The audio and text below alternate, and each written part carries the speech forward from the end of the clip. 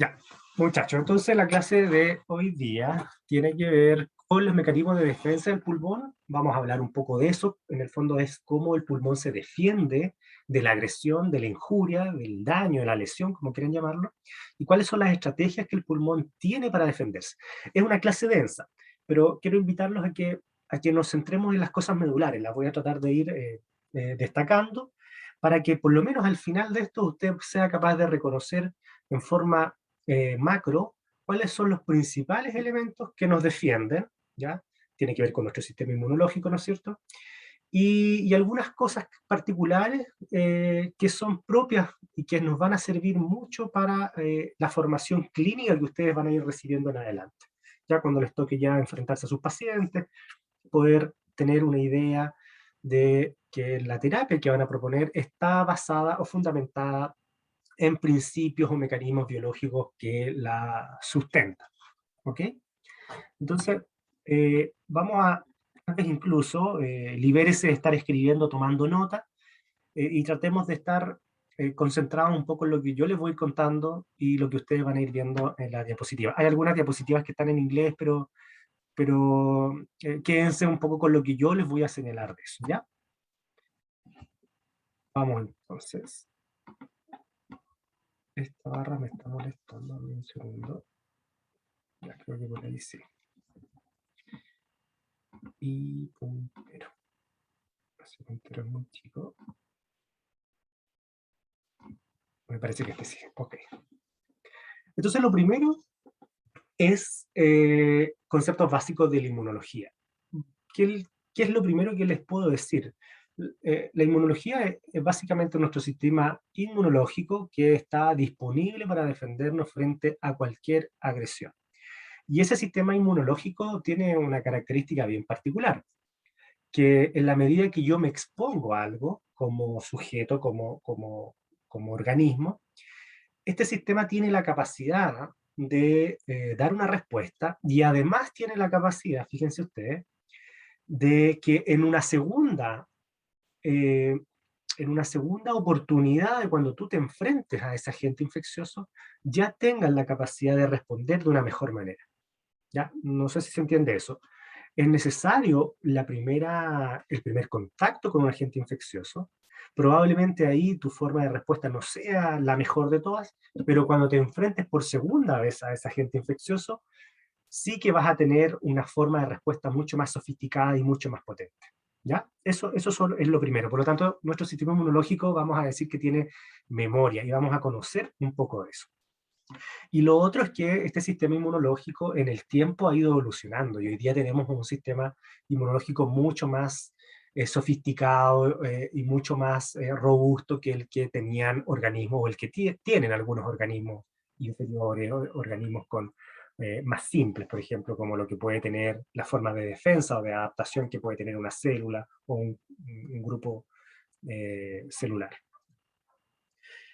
Fíjense que hemos ido evolucionando desde los protozoos a organismos acuáticos, el sistema inmunológico ha evolucionado a organismos que después que pueden reptar, a luego las aves y los mamíferos. Lo que quiero decir es que a lo largo de esta línea de tiempo en el desarrollo, el sistema inmunológico cada vez ha sido más sofisticado, ¿ya? Ha ido cambiando en favor de las necesidades a las que estos organismos han sido expuestos, ¿ya? Y eso es algo muy natural de la evolución.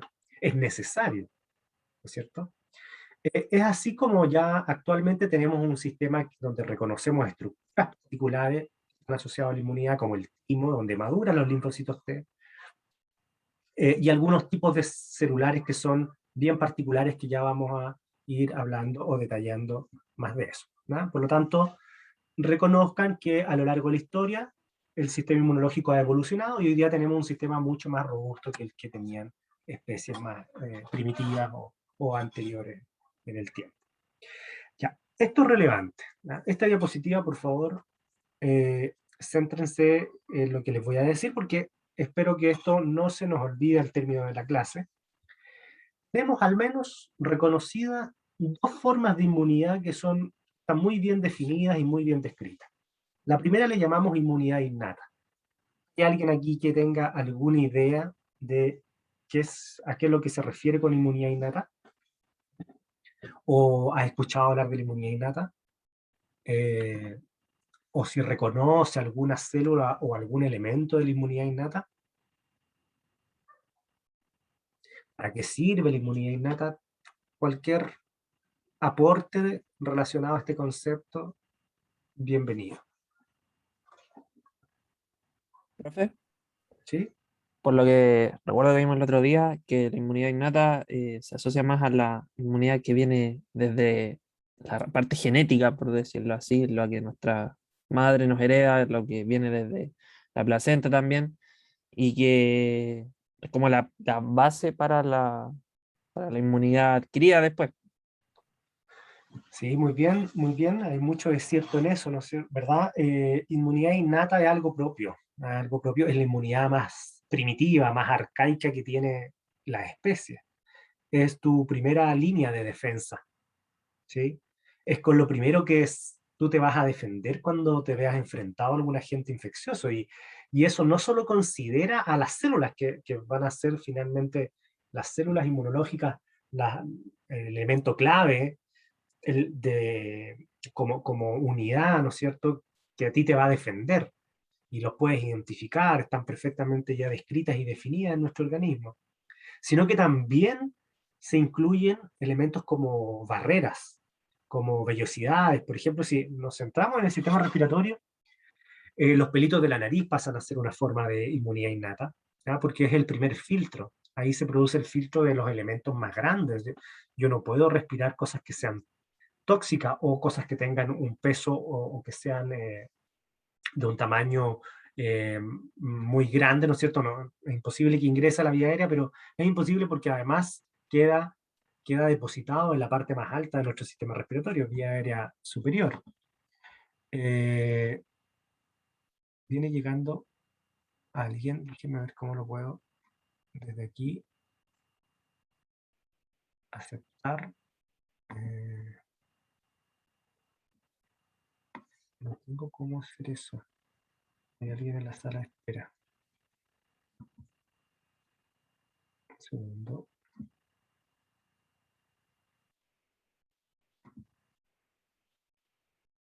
Eh, Diego tiene la mano levantada. No sé si quiere señalar algo mientras tanto. Sí, profe, también eso de que la inmunidad innata, por lo que tengo entendido, es como más general, por así decirlo. A diferencia de la adquirida, que es un ataque específico contra algún patógeno, por así decirlo. Perfecto. Sí, muy bien, muy buen alcance. Vamos a ver eso también. Ya, no hay nadie en la sala de espera. Ok. Justamente, entonces la inmunidad innata, y vamos a describirlo bien, hay células que están involucradas, pero también están las barreras, está la piel, está la mucosa, ¿no es cierto?, los mecanismos de defensa que son más bien inespecíficos de tu sistema respiratorio, como la tos. ¿Ah? Usted anda tosiendo por la vida cuando uno está resfriado, eso también es una forma de defensa. La tos no es que cuando tú tienes tos, muchas veces es visto como algo negativo, pero la verdad que tener tos es porque tu sistema se está defendiendo de alguna manera. Y muchas ocasiones, lo primero que hace el pediatra con los niños o en los adultos incluso, es darte un jarabe para la tos, algo que te inhiba la tos. Entonces es contraproducente porque por un lado, yo digo y reconozco que la tos es un mecanismo de defensa y por otro lado lo estoy bloqueando.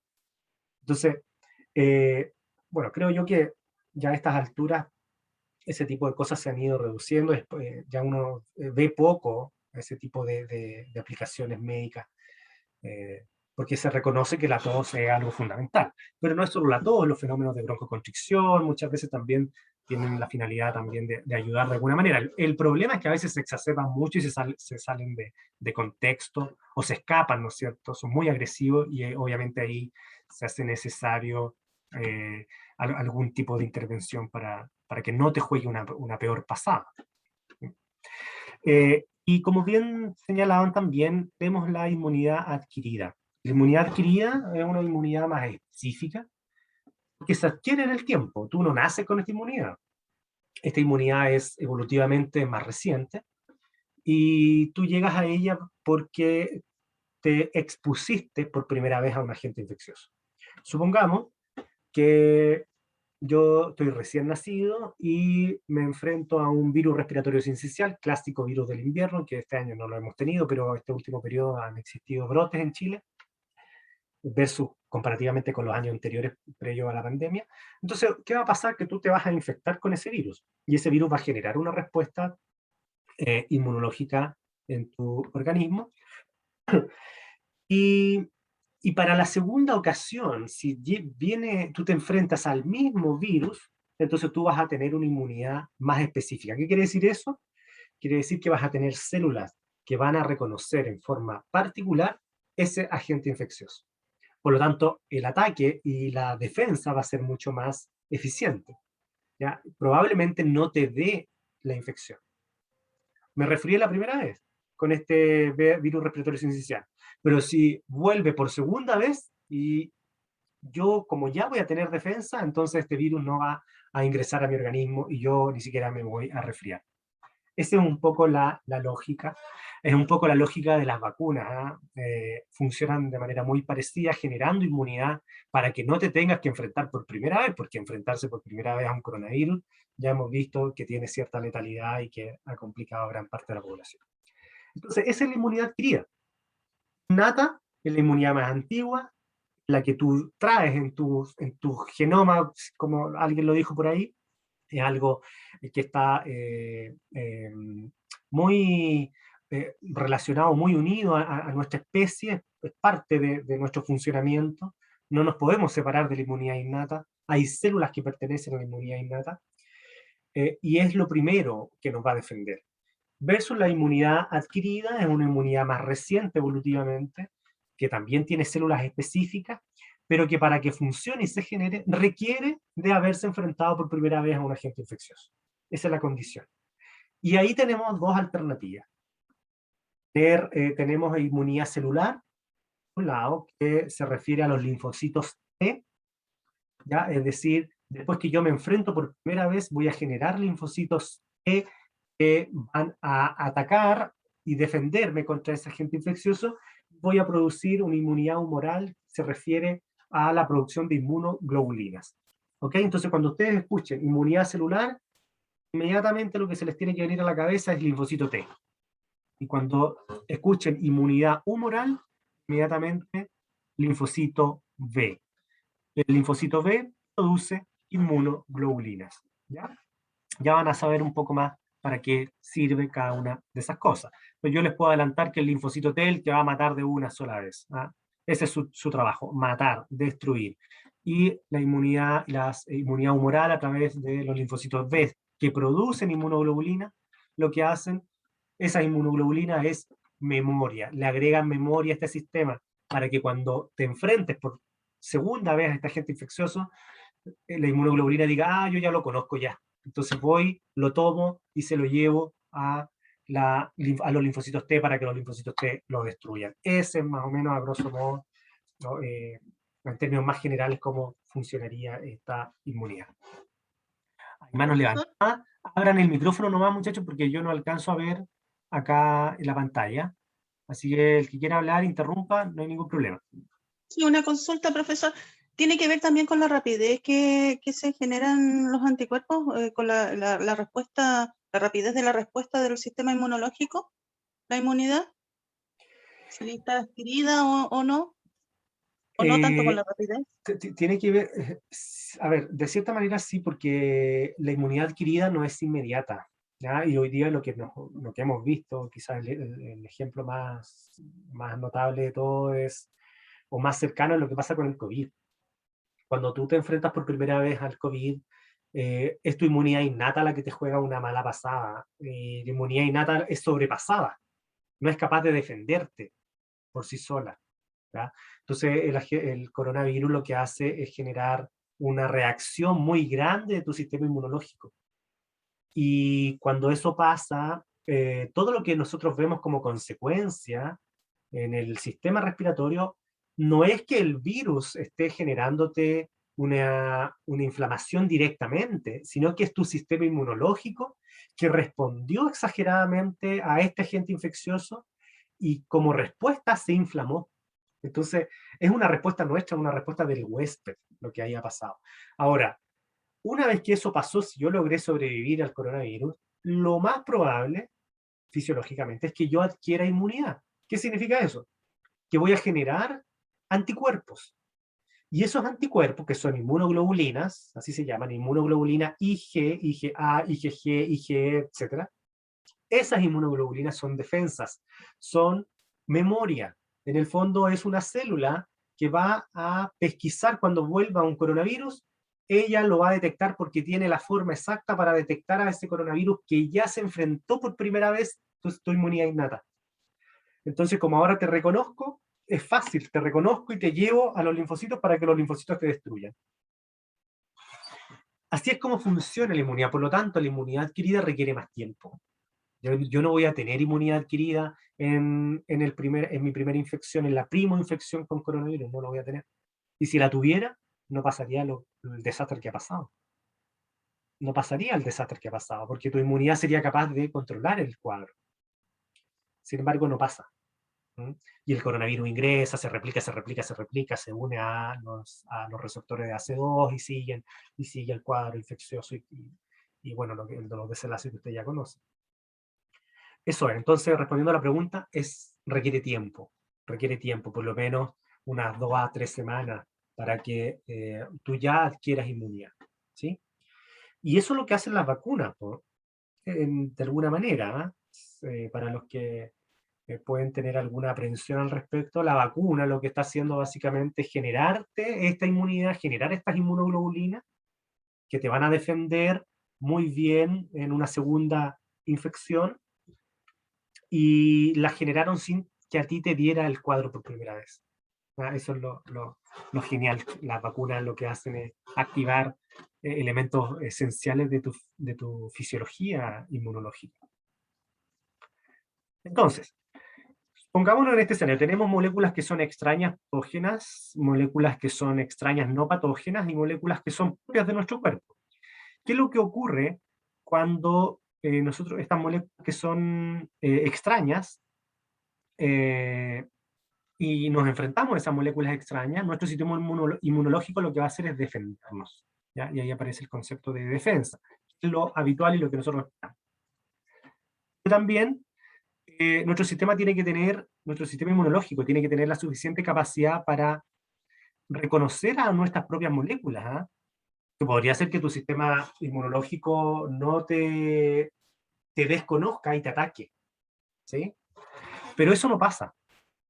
Y no pasa porque tu sistema inmunológico tiene tolerancia. Voy a poner el puntero de nuevo. No, ese no era.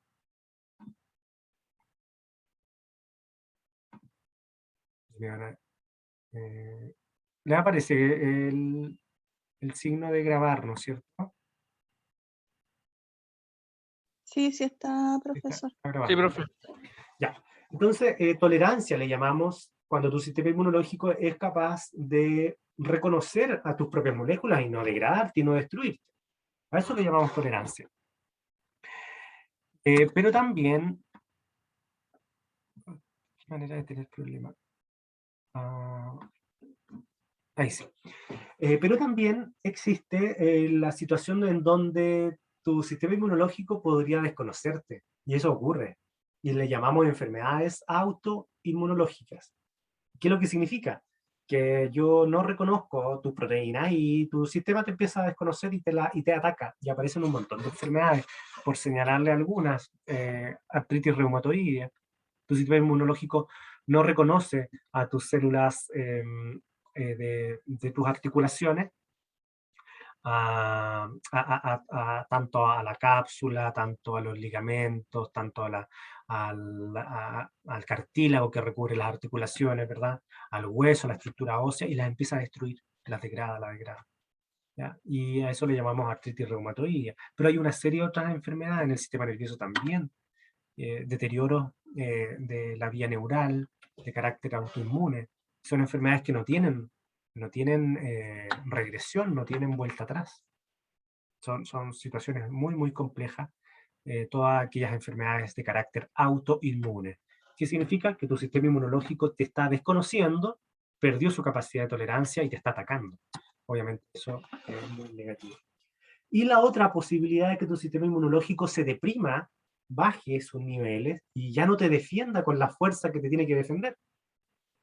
Y ya no te pueda defender contra las partículas extrañas. Y a eso le llamamos que hay cierto grado de inmunodeficiencia. ¿Sí? Esa es la inmunodeficiencia.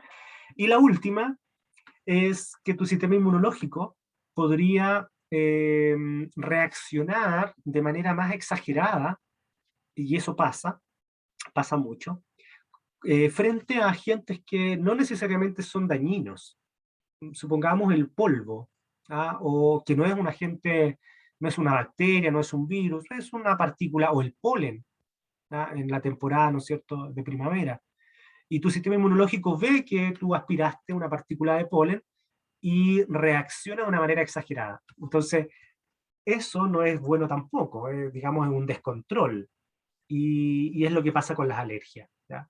Hay una tolerancia o una exacerbación, una sensibilidad muy alta de tu sistema inmunológico. Y obviamente eso también tiene que ser tratado o puede ser tratado por un inmunólogo cuando tú estás con ese tipo de complicaciones. Pero tenemos que reconocerlo entonces, que es una alteración también del sistema inmunológico. Ya.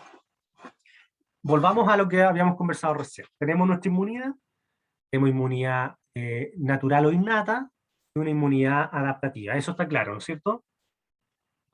Dos formas de inmunidad. Tenemos elementos. ¿Quiénes participan en la inmunidad innata? El fagocito, todos los que tienen capacidad fagocítica, todas las células que tienen capacidad fagocítica participan aquí en esta inmunidad innata. El macrófago es uno de los más relevantes. Sepan ustedes que cada órgano tiene su propio macrófago. Es así de relevante que el macrófago se genera en la médula ósea, anda por la sangre como monocito, se mete a un tejido y se diferencia en una célula particular para estar siempre como una célula residente dentro de ese tejido. Como estamos viendo el pulmón, el macrófago del pulmón se llama, ¿alguien sabe? ¿Sabe cómo se llama el macrófago del pulmón? ¿No? ¿Quién da más? Ya, si no saben, no importa, se llama célula de polvo o macrófago alveolar, ¿sí? Entonces es parte de tu inmunología innata, una célula inmunológica innata, y está ahí para defenderte en caso de una agresión. ¿Ya? Es la primera línea de defensa, ¿sí? Y si nos vamos a este otro lado, tenemos la inmunidad adquirida, y aquí nuevamente lo que ya comentamos, moral y celular. Inmunidad celular, inmunidad humoral. ¿Y se acuerdan que yo les dije que la inmunidad celular hay que asociarla con el linfocito T? Linfocito T, que es una célula que mata, que degrada, que destruye inmediatamente, no tiene piedad con nada. Linfocito T, inmunidad celular. Y la parte humoral a cargo de los linfocitos B, que van a producir inmunoglobulinas. Son anticuerpos, ¿ya? Que lo que van a hacer es dar memoria, porque van a reconocer a este agente infeccioso que ya me expuse a él en una primera vez, y ahora yo genero estas inmunoglobulinas para que cuando vuelva este agente infeccioso, yo ya tenga un ejército preparado para defenderme y no perder el tiempo con tanta inmunidad innata, sino que voy inmediatamente, aquí está la célula que me va a defender en primera, digamos, en este ataque, en este nuevo ataque, y el cuadro no va a seguir avanzando. ¿Claro o no claro?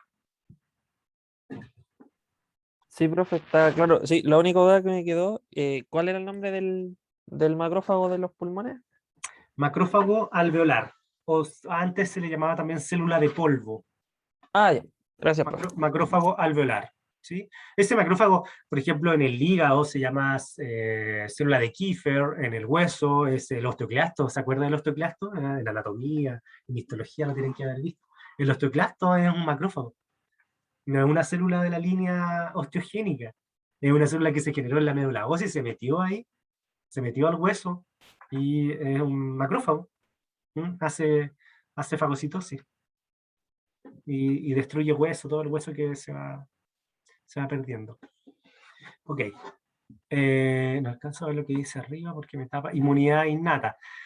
Bueno, la inmunidad innata, quedémonos aquí con lo medular. Inmunidad innata, hay células que participan en esta inmunidad innata, y como el macrófago, por ejemplo, también están las barreras, ¿no es cierto? En el sistema respiratorio ya les voy a mostrar un listado de cosas que participan en la inmunidad innata. Y la forma de reacción, que también se las voy a explicar en otra diapositiva, es básicamente con señales. ¿Ah? Cuando viene un agente agresor, está tu célula, identifica que hay un agente infeccioso, produce citoquinas, y las citoquinas son una señal. Son una señal que van a generar inflamación. Y cuando se genera inflamación, ya está todo el mundo en alerta ya. Todos ya se enteran, porque la inflamación son señales que van por tu torrente sanguíneo. Y cuando eso llega a los vasos sanguíneos, cuando esa señal que se produjo en una célula, supongamos en el macrófago, esa señal, esa citoquina, cuando llega al vaso sanguíneo, el vaso sanguíneo se dilata y manda mucha sangre para allá. Y con la sangre también manda células inmunitarias. Y de esa manera llega todo tu ejército al sitio de la lesión a defenderte.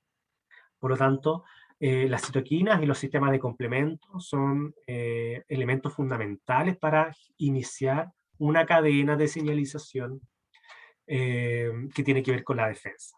¿Sí? Y aquí ustedes pueden ver varias células que no vale la pena que se las aprendan, pero que son importantes, que tienen acción macrofágica y que tienen distintas características en este funcionamiento. ¿Ya? Entonces hay células, quédense con eso, existen células del sistema inmunológico innato que me van a defender en primera línea de defensa. Y la inmunidad adaptativa también ya lo vimos, son células, linfocito T, linfocito B, T es el que destruye cuando tú estás enfrente por segunda vez a una infección, y el linfocito B es el que genera memoria, ya que va a ir a detectar, que ya lo he señalado en forma reiterada. Y todo eso funciona porque tus células tienen receptores. Ya esto no es tan así. El hecho de que exista un receptor permite que una célula se una con mucha afinidad a ese receptor. Y cuando eso pasa, se genera también una cascada de señalización río abajo que permite que la célula destruya o degrade a ese agente infeccioso. Ok, inmunología de la vía respiratoria. Veamos, metámonos ahora, esto era como inmunología de manera bien general, ¿ya? No olviden, inmunidad innata adquirida dividida en dos, T y B. B, memoria, T, destrucción. ¿Sí? Si la inmunidad innata no puede con esto, puede pasar lo que pasa en el COVID, que la gente termina con un desenlace fatal, y si la inmunidad innata es capaz de defenderte, entonces esto va a quedar hasta ahí. Aunque por el hecho de ya haberte expuesto por primera vez, inmediatamente se produce inmunidad adquirida. De manera tal que cuando me enfrente nuevamente a este cuadro, yo voy a poder defenderme y no la voy a pasar tan mal como la pasé la primera vez. El sistema inmunológico requiere un sistema... No, lo dije, el sistema respiratorio requiere un sistema inmunológico que sea altamente eficiente. Y es lógico porque nosotros respiramos muchas veces por minuto. Hay mucha cantidad de aire que ingresa y sale de nuestro sistema respiratorio. Por lo tanto, la posibilidad de tomar agente infeccioso del medio es alta. Por lo tanto, requerimos un sistema sofisticado que nos pueda defender ante eso. Aquí les muestro un poco cómo nuestro sistema respiratorio. Esto ustedes lo deben saber tal vez mejor que yo. Estas son las células epiteliales, un epitelio pseudoestratificado, cilíndrico ciliado, con células caliciformes. Venía alguien entrando, sí. Esto que ustedes ven en color más blanco son células caliciformes, que son glándulas. Son glándulas unicelulares que producen moco. Todos estos puntitos oscuros son núcleos de células. ¿Ya? Ustedes recordarán que este epitelio es pseudoestratificado porque se ve que tiene muchos estratos, pero la verdad que un solo estrato. Los estratos se identifican por el núcleo. Como veo núcleos aquí abajo, veo núcleos aquí abajo. Uno podría pensar que hay múltiples estratos y eso no es así. Si uno le hace suma a esto, se daría cuenta que cada célula de estas se conecta con esto que es la lámina basal. Ahí se apoya el epitelio. Aquí está apoyado el epitelio. Ahí se engancha esta célula. Y aquí abajo está el tejido conectivo. Aquí están los vasos sanguíneos. Ahí hay uno, se lo presento. Este es un vaso sanguíneo. Entonces, este epitelio, que aquí lo vemos un poco mejor, es pseudoestratificado, cilíndrico ciliado, cilíndrico porque tiene forma de cilindro, la célula, y ciliado porque tiene estas vellosidades, tiene una función relevante, ¿ya? Y que tiene una función de inmunidad, sin duda. Por ejemplo, los cilios ya te dan inmunidad porque te ayudan a barrer, ayudan al clearance, a la salida de material o de cosas infecciosas que hayan ingresado a la vía respiratoria, ¿ya? También les aprovecho de decir que en este epitelio ocurren todos los procesos infecciosos e inflamatorios. Cuando estas células se exponen, supongamos que aquí en esta parte llegó un agente infeccioso, es la luz de la vía respiratoria. Cuando aquí aparece un agente infeccioso, entonces estas células reaccionan ante ese agente infeccioso, reaccionan y generan señales que van a ser detectadas en estos vasos sanguíneos. Y este vaso sanguíneo que está acá se va a dilatar, por lo tanto le va a llegar más sangre. ¿Qué más le pasará al vaso sanguíneo? Los que se acuerden de algo de la respuesta inflamatoria. ¿Qué pasará con las células que tapizan el vaso sanguíneo que están por dentro del vaso? Había una contracción de las células endoteliales. Algo les pasa a las células endoteliales. Y quedémonos con lo más sencillo. Las células endoteliales pierden sus enlaces, se sueltan. Sus adherent junction, que se llaman, que son las uniones adherentes de célula con célula, que te dan la firmeza y permiten la transmisión de carga, de tensión entre una célula y otra, se sueltan esos enlaces y queda un poro, y por ese poro puede salir líquido. Y lo que sale ahí es agua desde los vasos sanguíneos, sale fluido. Y ese fluido va a edematizar esta zona, pues va a ser agua en esta zona, agua en este tejido. Y entonces el epitelio respiratorio se empieza a engrosar porque empieza a haber agua en un lugar donde antes no había. Y a ti se te empieza a tapar la nariz porque empiezas a tener congestión y dices, oh, me estoy resfriando. Y empiezo a tener la nariz tapada. ¿Qué es lo que está pasando ahí? Hay una respuesta inflamatoria de tipo inmunológica, ya donde llegó una señal y los vasos sanguíneos reaccionaron, porque las células endoteliales tienen muchos sensores, reaccionaron, se separaron, empezó a salir líquido y yo empecé a tener moco en la nariz. Porque el líquido salió del vaso sanguíneo al tejido conectivo. Y al epitelio, obviamente, cuando el líquido es excesivo, obviamente llega al epitelio, y si llega al epitelio, yo lo percibo ya como una secreción incluso. Y me corren las gotitas de secreción nasal, ¿ah? Porque estoy frente a un cuadro de reacción inflamatoria, ¿sí? Lo que no sé, si lo que me pegué fue un virus, una bacteria, un hongo, un parásito, un atípico, eso es lo que no sé, un coronavirus, andas a saber tú lo que te pegaste, pero sí sabes que estás con una respuesta, o identifiquen que eso es una respuesta inflamatoria. ¿Y por qué tendremos tanto moco? ¿A quién se le ocurre? Cuando estamos resfriados, tanta secreción, o tos con expectoración, ¿de dónde vendrá eso?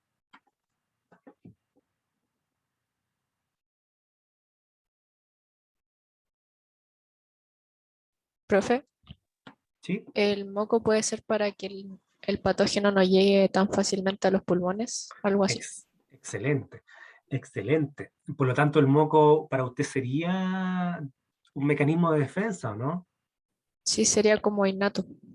Exactamente, exactamente. Y es parte de tu sistema de defensa, la producción de moco. El problema es que a veces producimos mucho moco. Y las guaguas, que tienen un sistema respiratorio tan chiquitito, basta que tengas un poquito de moco y te tapa los conductos. Y ese es un problema, porque si te tapa los conductos aéreos, no pasa el aire. Y si no pasa el aire, el pulmón se colapsa. Y si se colapsa, no hay intercambio gaseoso. Y si no hay intercambio gaseoso, no hay oxígeno en la sangre. Y si no hay oxígeno en la sangre, tus células no pueden obtener energía. Y si no hay energía, la célula se muere. Y eso ya nos acercamos al colapso. Entonces,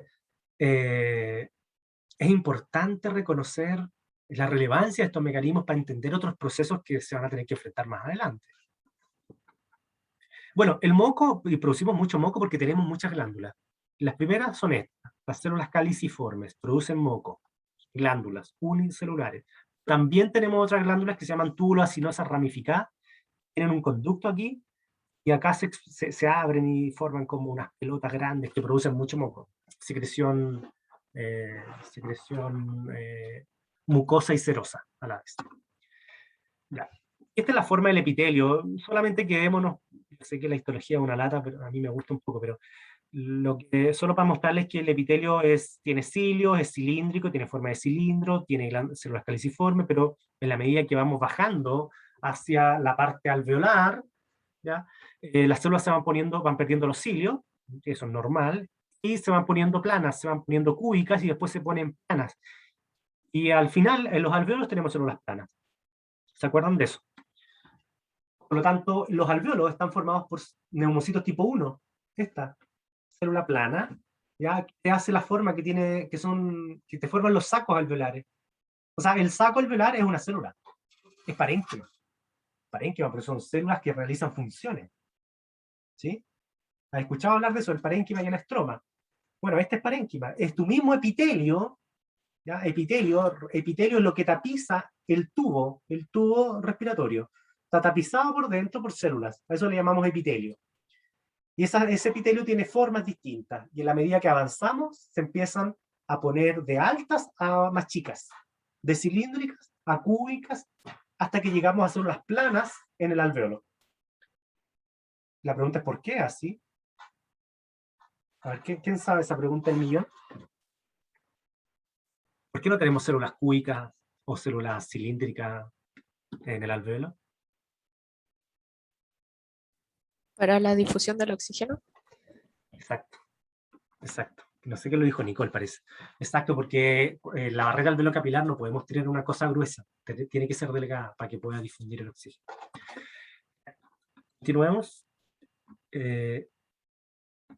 Miren, aquí no alcanzo a ver porque tengo, esta cosa me molesta, pero no sé si alguien puede contar. Me parece que son cerca de 16 las estrategias defensivas que tiene tu sistema respiratorio para combatir la infección. 16 formas. Y esto es porque el sistema respiratorio es una puerta de entrada de agentes infecciosos, por lo tanto, el sistema tiene que ser muy eficiente. Muy eficiente. Entonces, requiere que esté reforzado. Y aquí entran las estructuras, por ejemplo, el anillo de Van Dyer, a nivel de la garganta, siempre uno se resfría y le pica la garganta, claro, porque ahí tienes muchas células inmunológicas dispuestas a defenderte. Tienes los NAL, que son también tejido linfático asociado a la nariz. ¿Ya? La nariz tiene su propio sistema también.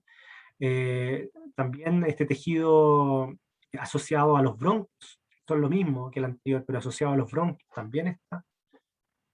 Incluso el surfactante, han escuchado hablar del surfactante, me imagino, que disminuye la tensión superficial del alveolo para que no colapse. También tiene un efecto inmunológico, ya de defensa. Así que quedémonos solo con eso. El sistema está bastante reforzado, por decirlo de algún modo, para defenderte frente a distintas agresiones. Bueno, ¿cómo se inicia la enfermedad entonces? Si está tan reforzado este sistema, ¿por qué nos enfermamos? ¿Cómo explicamos eso? Bueno, el sistema respiratorio, como ya les mencionaba, tiene una puerta de entrada, pero no solamente tú te contagias de algo por vía inhalatoria. No solamente por eso. También por una vía de aspiración. ¿Qué significa eso? Muchas veces aspiramos contenido, por ejemplo, gástrico, vomitamos, y a lo mejor cuando no está consciente no ocurre, pero tal vez a muchos les ha pasado. Conocí a un amigo, bueno, lejano ya, pero que falleció porque estuvo en un estado de ebriedad excesivo y finalmente él tuvo un vómito medio explosivo y aspiró ese contenido. Y se ahogó y lo encontraron lamentablemente fallecido en su departamento hace varios años. Lamentable, pero eso es. También ocurre en las guaguas, la aspiración, que las guaguas toman leche y llega el kinesiólogo a hacerle terapia respiratoria, ¿no es cierto? Y le pega sus apretoncitos en el tórax, ya van a conocer más de eso, y resulta que la guagua vomita y sus mecanismos no son tan eficientes, entonces al momento de inspirar, refluye y genera, al momento de la inspiración genera ingreso de contenido gástrico a la vía respiratoria, y eso puede generarte neumonías que son severas, ¿ya? Por lo tanto, la vía de aspiración es otra manera que tú te puedes, que puedes afectar tu sistema respiratorio o generar el ingreso de un patógeno. Vía hematógena significa que por la sangre, por ejemplo, una bacteria de la rodilla puede circular por la sangre y llegar al pulmón. Y un estáfilo que está en la rodilla, ¿no?, por vía hematógena, llegó al pulmón y se instaló en el parénquima pulmonar, y a eso le llamamos neumonía, porque llegó al parénquima, y es un contagio vía hematógena. Y la contigüidad también es otra forma de afección del sistema respiratorio, y significa que, por ejemplo, yo tengo una infección en el páncreas, una pancreatitis, y la cabeza del páncreas junto con su cola están muy, muy cercanas, ¿no es cierto?, en la parte del hemidiafragma izquierdo, se posicionan ahí por contacto, y por contacto podría el fluido, pasar a territorio torácico, a territorio pulmonar, y tener un derrame un derrame pulmonar pleural, y tener una infección también ahí. Esas son las formas. Por ahí puede ingresar un agente infeccioso. Entonces, no es solo inhalatorio, probablemente la inhalación es la manera más tradicional y clásica como nos contagiamos, y como nos contagiamos de COVID también. Creo que hay que ponerse máscara y a todo esto usar mascarillas, buenas mascarillas, para tener buena protección. ¿De qué depende la enfermedad? ¿De qué factores creen ustedes que depende la enfermedad? ¿Por qué será que algunos sujetos tienen una respuesta? Porque, ojo, que quiero que quede esto claro, lo que les pasa a los pacientes con COVID, de alguna manera, no es el COVID propiamente tal, sino que es tu sistema inmunológico el que te juega una mala pasada. Entonces, ¿de qué depende que algunos respondan mejor, anden bien, y otros no tanto? ¿De qué depende?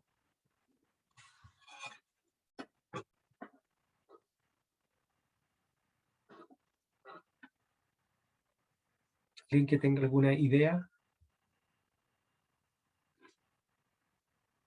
Profe, Ujú. más como qué tan preparado está el sistema inmune para responder frente a la infección. Exacto, exacto. Entonces aquí yo les pongo 4 cosas, y con esto vamos a irnos porque veo que ya llegamos se nos pasó el rato hablando. Nos va a poner al descanso.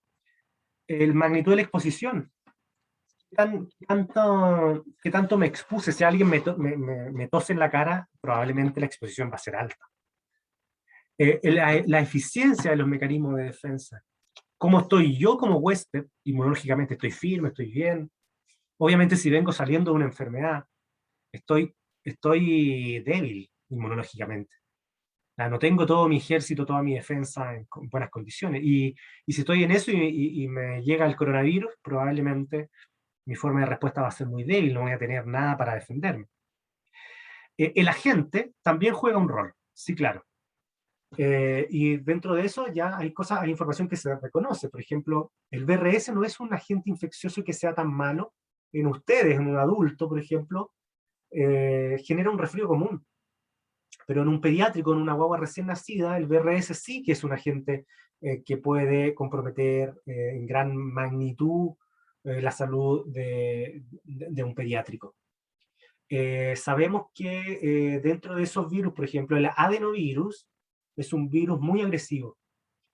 No está tanto, no tiene una incidencia tan alta, pero cada vez que alguien se pega un adenovirus, en general el compromiso tiene relevancia, deja secuelas, daña el pulmón. Es un bicho que por sí solo es un poco más malo. Por ejemplo, el SARS-CoV-2 es un agente que dentro de todo no es tan agresivo como el MERS, por ejemplo. Si ustedes, no sé si habrán escuchado el MERS del 2012, el MERS a la persona que contagió la mató. El problema es que era poco contagioso, o sea, lo bueno es que era poco contagioso. Entonces, por eso no hubieron tantos casos como el COVID. El problema del COVID es que es altamente contagioso, muy contagioso, y las variantes obviamente más contagiosas todavía. Pero como bicho, como agente capaz de generar una mortalidad excesiva, por sí solo, por unidad, digamos que no lo es tanto como el MERS. Pero uno ve cifras altas de muerte básicamente porque el virus llega a muchas partes y tuvo una expansión por todo el mundo. Lo siguiente, la susceptibilidad del individuo, qué tan bien estoy yo inmunológicamente, qué tan susceptible estoy de, ¿no es cierto?, de adquirir o de pegarme un cuadro viral de este tipo. Así que bueno, dejémoslo hasta ahí y retomamos, vayan a un descanso, y la segunda parte vamos a tratar de ir un poquito más rápido para que alcancemos a terminar. ¿Les parece? Ya, profe. Tómense un café y nos vemos Ya, profe. en 10 minutos. Profe, gracias. Ok.